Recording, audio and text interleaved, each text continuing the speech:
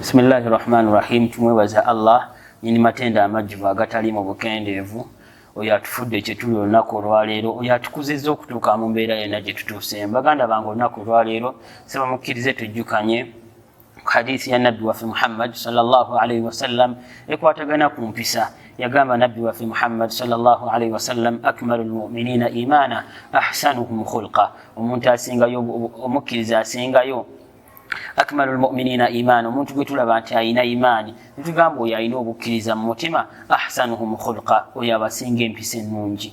Basiraamu, baganda bange, abaddu bonna mwenna abantu abalamu, tweyisa tutya wakati w'abantu baffe? Tweyisa tutya eri ab'eŋŋanda zaffe? Tweyisa tutya eri gye tukolera? Tweyisa tutya baboosi tweyisa tutya eri abaweereza baffe? Akmalul mu'minina imana ahsanuhum khulqa.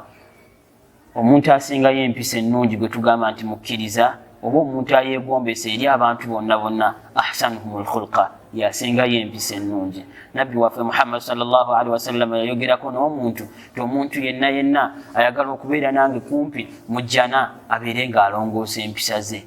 Baganda bange, abamu tufunye bye tufunye nga tubifunye lwakweyisa bulungi. Weeyisa otya ne mikwano gyo? Weeyisa otya ne bannoobo? Weeyisa otya eri gy'okolera? Weeyisa otya eri abakozi bo? Gwe ky'osuubira, engeri gye weeyisa osuubira nti ekusiimisa Katonda wo. Weeyisa otya eri banneeyeba bo? Enneeyisa ennungi ejja kukutuusa ku ddaala ery'owaggulu. Era mu hadiisi endala nabbi waffe Muhammad sallallahu alaihi wasallam yatugamba nti omuddu ayinza okutuuka ku ddaala ly'omuntu asiiba olunaku n'omuntu ayimuka ekiro okutendereza Katonda we. Allahu akbar. Baganda bange, mulowooza nti Katonda okugeraageranya empisa n'okwesinza okuyimukako ekiro n'okubeera ng'omuntu asiiba, bameka abasiiba? Olaba no mu kisiiba abamu balemebwa okusiiba. Bameka abayimukako ekiro okutendereza Katonda waabwe? Bwe kibanga nabbi waffe yageraageranya nti omuntu ayinza okutuuka ku ddaala eri omuntu asiiba emisana, eri omuntu ayimukako ekiro, kitegeeza empisa ennungi zaagalwa buli omu. Weeyisa otya mu banno? Bw'oba gwe boosi, weeyisa otya eri abantu b'otwala? Bw'oba gwe imaamu abantu bobayisa otya? Bw'oba mwalimu, baalimu banno bayisa otya? Era ebimu ku bitendo by'abakkiriza oba eby'abamashaikhi kwe kubeera nga tuba bampisa eri abantu be tutwala, eri abawalimu bannaffe. Bawalimu banno bayisa otya? Oba obayisaamu maaso? Era kyewuunyisa era kinakuwaza okusanga talibul ilm oba omuntu yenna ayiga ayagala okumanya, oba omuwulize ayagala okwongera mu ddiini ye naye ng'anyoomoola b'amaseeka be.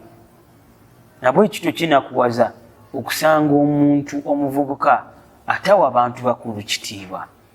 Era nga kyannaku okusanga omuvubuka anyoomoola buli muntu gw'asanze, naye tomanyi muntu gw'oyisa bubi wajja ayinza kukutuusa mu biseera bye eby'omu maaso. Nabwe ekityo yisa bulungi buli muntu yenna gw'oba osanze, tomuyisa bubi. Lwaki? Ayinza okukutuusa ku ddaala ly'oteerabire mu bulamu bwo bwonna, era ayinza okufuuka ensonga ekuyingiza ejjana oba okukutuusa Katonda okusiima. Lwaki? Wamuyisa bulungi. Bameka abajjukirwa olw'enneeyisa gye baabayisaamu? Naye ekibuuzo kibuuzibwa, ojjukira lwakuyisa bantu bubi oba bakujjukira lwakweyisa bulungi? Tuula weegeraageranye, weeyisa bulungi abantu oba bakujjukira lwakweyisa bulungi oba kweyisa bubi? Nabwe ekityo omusiraamu yenna alina okufaayo, oba ekitonde kyonna kifaayo nnyo enneeyisa yaakyo.